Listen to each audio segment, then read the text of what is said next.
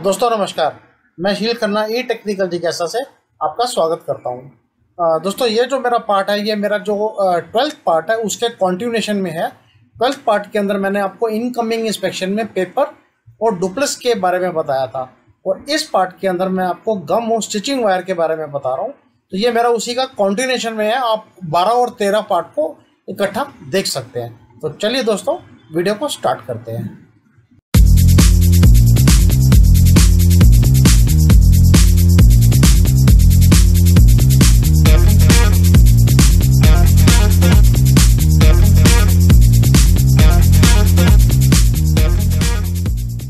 अब दोस्तों raw material के अंदर हमारी जो इंस्पेक्शन आती है वो आती है गम, जिससे हम कारोगेटेड शीट को पेस्ट करते हैं।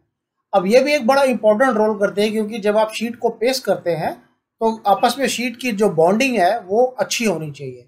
अगर वो खुल जाएगी और डब्बा बनने के बाद आपका डब्बा खुल सकता है, तो इसलिए इसकी भी टेस्टिंग बहुत ज़रूरी है जो कि आपको इसको करनी चाहिए। अब दोस्तों इसका जो ऊपर के जो ये डिटेल्स रहेंगी सब सेम रहेंगी। इसके अंदर आप ये देखेंगे कि जो लॉट साइज है वो कितने का है। एक्चुअली में गम जो आती है वो ड्रम में आती है, 200 सवा 200 किलो के आसपास ड्रम होता है। आप ये देखेंगे कि जो ड्रम आप चेक कर रहे हैं उसमें कितने केजी गम है। एग्जाम्पल में मैंने बताया कि 230 किलो है और जो सैंपल साइज है जो हम चेक कर रहे हैं वो हमारा एक ड्रम है। हम एक ड्रम को चेक करते हैं कि इसकी क्वालिटी ओके है कि नहीं है। अब दोस्तों जो उसके पैरामीटर हैं ये हमने यहाँ पर 2 पैरामीटर सेट करे हैं। एक तो उसका कलर और एक उसकी विस्कोसिटी। कलर जो है ये डिपेंड करता है कि कई कंपनीज क्या करती हैं, उन्होंने क्वालिटी मेंशन करी हुई है कि अगर आप हमसे ब्लैक गम लेंगे तो ये अच्छी क्वालिटी है, अगर आप हमसे येलो गम लेंगे तो वो उससे भी अच्छी क्वालिटी है। इस तरह से उन्होंने कलर मेंशन करे हुए हैं। अगर आपकी जो गम आ रही है अगर वो येलो, वाइट या ब्लैक कलर से है तो आप उसकी क्वालिटी को डिफाइन कर सकते हैं। ये आपके ऊपर डिपेंड करता है कि आपके यहाँ कौन सा कलर आ रहा है और किस कलर की क्वालिटी अच्छी है, वो आप यहाँ मेंशन कर सकते हैं। एग्जांपल में मैंने यहाँ ब्लैक कलर लिया है। अब दोस्तों जब ये ब्लैक कलर है इसको हम देखेंगे कैसे। इसका जो मेजरिंग मेथड है वो हमारा विजुअल है कि इसका कलर ब्लैक है कि वाइट है, वो आप यहाँ पे मेंशन कर देंगे। यहाँ पर अगर ये ब्लैक है तो इसको आप ओके कर देंगे। अब दोस्तों इसका जो नेक्स्ट पैरामीटर आता है विस्कोसिटी।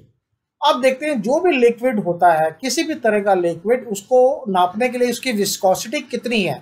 मतलब आप एक लिक्विड को जमीन पर गिरेंगे, जैसे पानी है, पानी को आपने जमीन पर गिरा वो फटाफट निकल जाएगा, फटाफट बह जाएगा। लेकिन अगर आप शहद को जमीन पे गिरेंगे, जो शहद होती है वो धीरे धीरे धीरे निकलेगी। इसी तरह से आप इंक होती है, इंक को नीचे गिरेंगे तो उसकी भी जो विस्कोसिटी होती है वो ज्यादा होती है, वो धीरे धीरे धीरे फ्लो होगी। तो इस तरह से हम जो हमारी जो गम होती है इस गम के अंदर भी हम विस्कोसिटी को सेट कर सकते हैं। अब दोस्तों विस्कोसिटी को सेट करने का तरीका क्या होता है, जो उसका मेजरिंग मेथड होता है वो होता है फोर्ट कप। ये आप देख रहे हैं पिक्चर के अंदर फोर्ट कप है। ये आप ऊपर देखिए ये कप बना हुआ है, ये एक स्टैंडर्ड कप होता है बिल्कुल। ये फोर्ट कप बिल्कुल स्टैंडर्ड होता है और इस फोर्ट कप के अंदर अगर आप कोई भी लिक्विड डालेंगे जिसकी आपने विस्कोसिटी को मेजर करना है, तो जब आप इसके अंदर डालेंगे और इसके अंदर नीचे यहाँ पर एक मोरी होती है और इस मोरी के नीचे आप हाथ रख लीजिए और इस कप को पूरा उस लिक्विड से भर दीजिए। भरने के बाद आप उस लिक्विड को बहने दीजिए, उस मोरी पे से हाथ हटाइए और वहां से लिक्विड आपका निकलना शुरू हो जाएगा। जैसे ही लिक्विड निकलना शुरू होगा आप स्टॉप वॉच से उसके मिनट्स देखिए, कितने मिनट्स में ये कप खाली हो रहा है। वो जितने मिनट्स लेगा उस रीडिंग को आपको नोट करना। इस तरह से आप उसकी विस्कोसिटी को डिफाइन कर सकते हैं। तो ये आप फोर्ट कप के थ्रू आप इसको नाप सकते हैं। और ये फोर्ट कप को कैसे यूज करते हैं ये मैं आपको अगले वीडियो में, जब मैं आपको टेस्टिंग इक्विपमेंट बताऊंगा उसके अंदर मैं आपको फोर्ट कप के बारे में भी बताऊंगा। अब दोस्तों क्या होता है कि जो गम आपने ली है, आप एक बार ये डिसाइड करेंगे कि ये गम जो है ये हमारी इतनी विस्कोसिटी की होनी चाहिए। उसका मतलब यह है कि इस कप को खाली होने में अगर उसको 55 सेकंड लगते हैं तो मतलब उसकी विस्कोसिटी ठीक है। अब देखिए ये 55 सेकंड और ये टाइम का क्या होगा, अगर इस पे आप पानी डालेंगे तो वो फटाफट निकल जाएगा। उसका जो निकलने का टाइम होगा वो फास्ट होगा, मतलब पानी हो सकता है 30 सेकंड में बाहर निकल जाए। अगर इसके अंदर आप शहद डालेंगे उसकी विस्कोसिटी कम होती है तो वो टाइम ज़्यादा लेगी निकलने में, तो वो टाइम आप यहाँ पर सेट कर सकते हैं। इसी तरह से आप जो गम है, गम की विस्कोसिटी का टाइम यहाँ पर सेट कर सकते हैं फोर्थ कप के थ्रू। जो टाइम आपने सेट कर दिया, आपने बोला कि हमारी जो गम आ रही है उसका हमारा जो टाइम है वो 55 सेकंड होना चाहिए, मतलब ये कप 55 सेकंड में खाली हो जाना चाहिए, तो हमारे गम की विस्कोसिटी बिल्कुल ओके है। तो इस तरह से आप इसको नाप सकते हैं। आप उस ड्रम में से 5 वाली गम को लेंगे और इस फोर्थ कप में डालेंगे और फोर्थ कप में डाल के उसका टाइम नोट करेंगे कि वो कितने टाइम के अंदर वो फोर्थ कप खाली हो रहा है। तो इस तरह से आप गम की विस्कोसिटी को भी नाप सकते हैं। और इसको आप कमेंट्स में अगर ओके आता है, आप इसको कमेंट्स में ओके लिख दीजिए। और दोस्तों इस तरह से कई टेस्टिंग के अंदर पीएच वैल्यू भी देखी जाती है। पीएच वैल्यू का मतलब होता है कि वो एसिडिक है या एल्कलिक है, तो वो भी आप यहाँ पे डिफाइन कर सकते हैं। अगर आपको जरूरत है तो आप इसके अंदर पीएच वैल्यू को भी लिख सकते हैं। तो दोस्तों इस तरह से आप गम की क्वालिटी को भी चेक कर सकते हैं। अगर आपकी गम की क्वालिटी फोर्थ कप के थ्रू टाइम में फर्क आ रहा है तो आप उसको रिजेक्ट भी कर सकते हैं या यूज भी कर सकते हैं, वो डिपेंड करता है आपके टाइम के ऊपर। तो दोस्तों मेरे को उम्मीद है कि ये आपको भी समझ आ गया होगा और इसका मैं प्रैक्टिकल भी आपको आगे करके दिखा दूंगा। दोस्तों इसके बाद अब लेते हैं जो हमारा रॉ मटेरियल आता है वो होता है स्टिचिंग वायर। अब दोस्तों स्टिचिंग वायर जब हम यूज करते हैं, आप देखते हैं कि वो बड़ा इंपॉर्टेंट रोल प्ले करती है बॉक्स के अंदर। बॉक्स को जोड़ने के लिए जो हम स्टिचिंग करते हैं, स्टेपल करते हैं, वो स्टिचिंग वायर के थ्रू होता है। अब ये जो वायर है ये किस क्वालिटी की है ये हमें डिसाइड करना पड़ता है। ये आयरन में भी आती है, कॉपर में भी आती है। अगर आप एक्सपोर्ट के डब्बे बना रहे हैं तो ये कॉपर में मिलेगी आपको, लेकिन जनरल जो हम यूज़ करते हैं वो गैल्वेनाइज्ड आयरन की होती है, जो हम जनरल यूज़ करते हैं। अब दोस्तों इसके अंदर क्या करना है कि जब भी आप इसका ऑर्डर करते हैं, आपको ये मेंशन करना पड़ता है कि आपको कॉपर में चाहिए या आयरन में चाहिए, और कितनी थिकनेस में चाहिए, उसकी विड्थ कितनी होनी चाहिए, जो कि आपकी मशीन के हिसाब से और डब्बे की मोटाई के हिसाब से आप इसको डिफाइन करेंगे। अब दोस्तों इसके अंदर क्या है, जो ऊपर का पार्ट है आप उस पर लिखेंगे सप्लायर, जो भी सप्लायर है।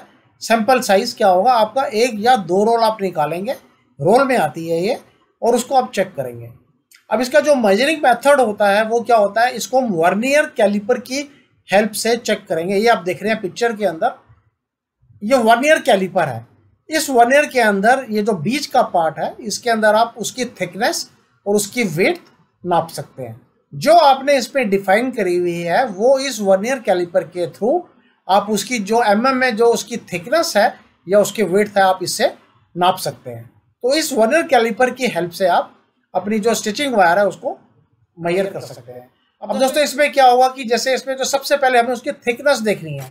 अब उसकी थिकनेस हमें कितनी चाहिए, 0.5 mm।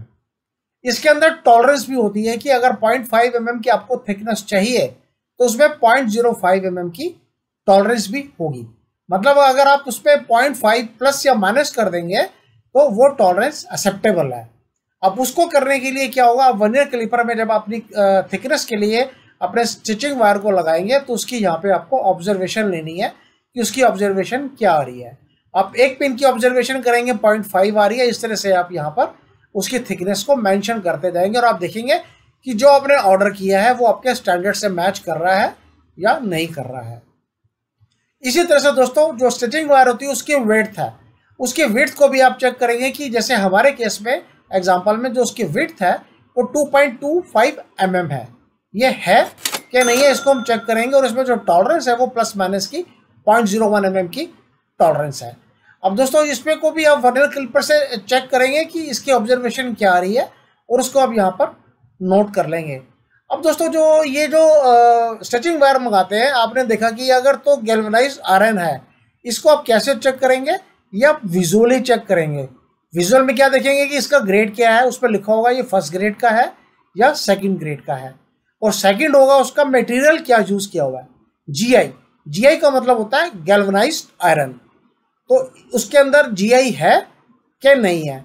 उसके बाद जो है अपीयरेंस कैसी है उसकी, उसके ऊपर कोई रस्ट तो नहीं लगा हुआ, कोई जंग तो नहीं लगा हुआ, ये आप पूरा उसके ऊपर चेक करेंगे। अगर आपको ये ओके लगता है, इसकी विड्थ ओके लगती है, इसकी थिकनेस ओके लगती है, आप इसको ओके कर देंगे और रिमार्क्स में लिख के आप इस प्रोडक्ट को इंस्पेक्शन करके इसको आप ओके कर देंगे।